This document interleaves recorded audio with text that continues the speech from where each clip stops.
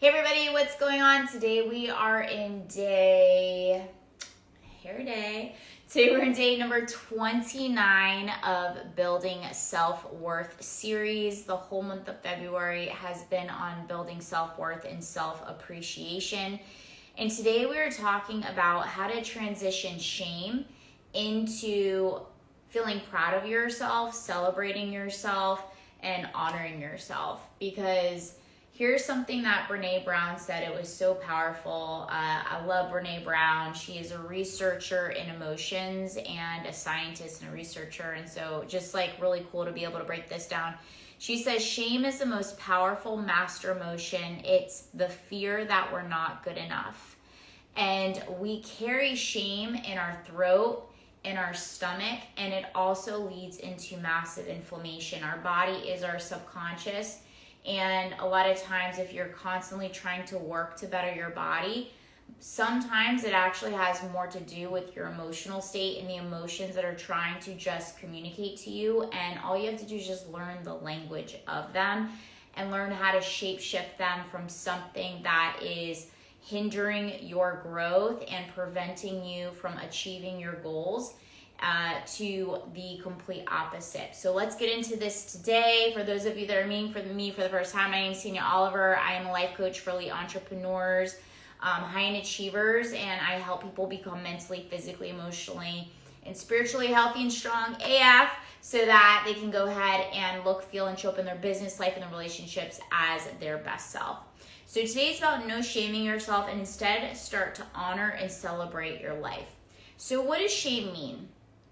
Shame is a feeling of embarrassment. It's a feeling of humiliation. Typically, this emotion is stored within the cells that have been carried on since childhood.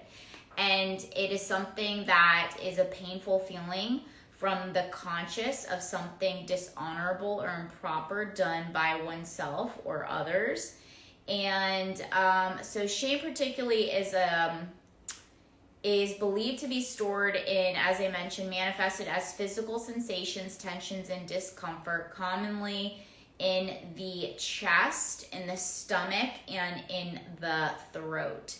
Shame needs three things to grow and to continue to feed off of your life. And these three things are secrecy, silence, and judgment. And that means like holding things in, not being able to express yourself or to be authentically yourself, silence on using your voice or sharing an experience that you feel humiliated about, and judging yourself and judging others. We talked about this yesterday where everything is a boomerang. So when you are judging somebody else or when you're shaming somebody else, it's really because it's a reflection of you and how you're treating yourself. And it only expands the uneasiness that always will manifest in the physical form. That's why it's called dis-ease. The body is the subconscious. So by keeping quiet, Brown says, your shame will grow. And on the other hand, shame stems from self-doubt, self-loathing, and dissatisfaction. Here's something that's really cool where it's a 3-part diagram, and it says the thought, the feeling, and the behavior. So the thought of shame is thinking more cynically about the future. The feeling is feeling embarrassed or humiliated, and the behavior is self-destructive behaviors like drugs and alcohol use. The thought is negative and self-critical thoughts, hyper-focusing on your flaws, so constantly looking at the things that you do not like about yourself. If you're staring in the mirror and you're judging yourself, or you're constantly picking at yourself, that's what that means. Urging, and the feeling is urging to hide or withdraw from other people. And this can even be in social media. Why are you not showing up for things if you know that you have special gifts and talents? A lot of this can also be shame and humiliation, just being ashamed of how you look or who you are or what you do or what your status is, and you're withdrawing your gifts that you can be sharing that will capitalize the money that you're making, but you're not showing up, so you're not making the money. Isolating, avoiding, and withdrawing from others. The thought can also be ruminating on past failures and rejections, just being stuck in that past energy of your flops. Feeling is feeling small, weak, helpless, or frozen. And then the behavior is defensive, pushing people away and not letting your guard down.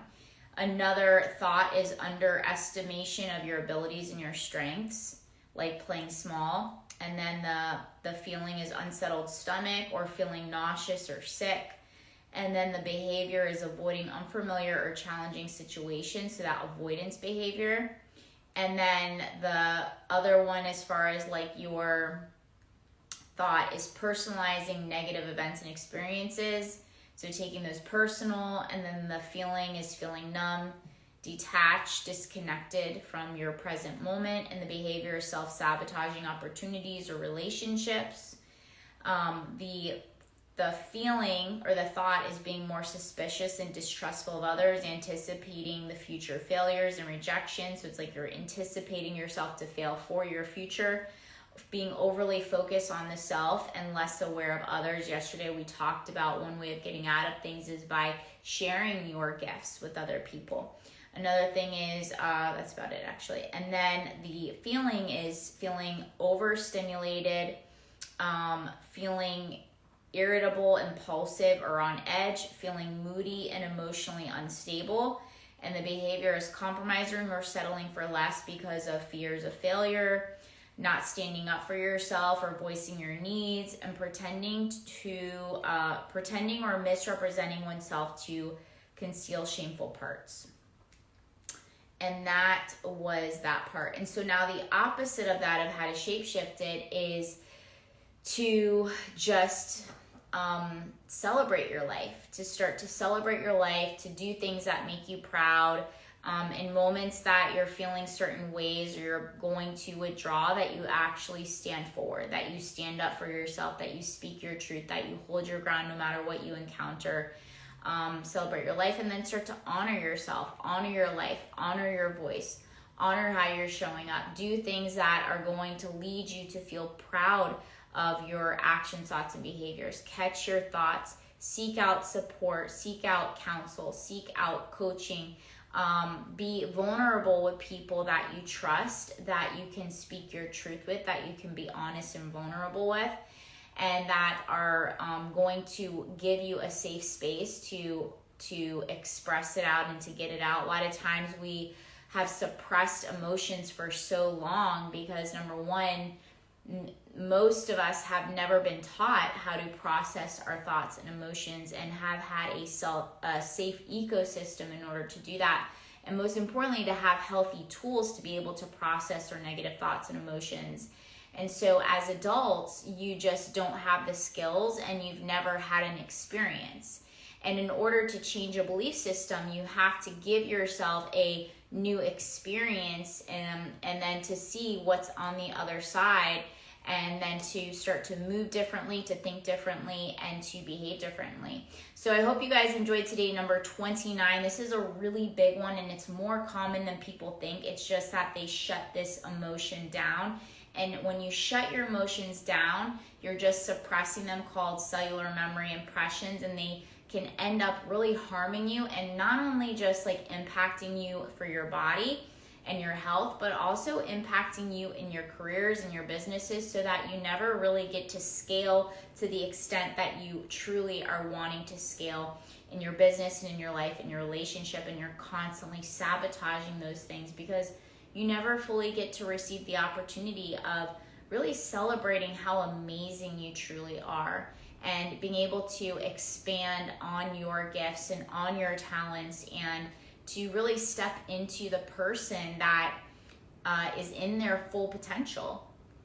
So I hope today really helped. One of my favorite people that has spent a long time thoroughly on this topic is Brene Brown, and she is just a light in the world. Not many people will go down that path, and so she has, and she's written a whole thing on there. And so if you're somebody that struggles with the not good enough and not feeling good enough and never, everything that you do is never enough, you definitely want to look into the word shame, because shame has a huge part of that not good enough.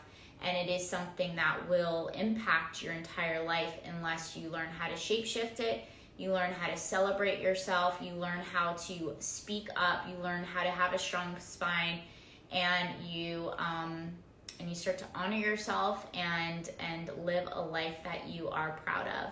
When you look in the mirror, that you can actually say, I'm really proud of you. I'm really proud of you for showing up. I'm really proud of you for standing up for what you believe. I'm really proud of you for going after what you truly want. So I love you guys. I hope you have a blessed up day. And I will see you tomorrow. Tomorrow is the 30 of 30 days of building self-worth. Wow. Like, even setting a goal and achieving it and showing up every single day is just such a victory. So we'll have to celebrate. But this will not be the end. This is just a series of 30 days of building self-worth and self-appreciation. Remember to integrate every single thing.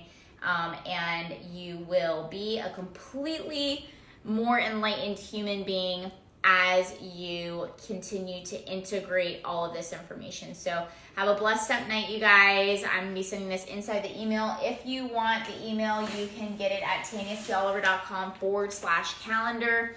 And this is going to go inside the inbox as well as the YouTube channel. So make sure you subscribe. You share this. If you found value with it, make sure you share it on your social platform. And I'll see you guys tomorrow for the day 30. Thank you so much. Bye. See you later. Thank you.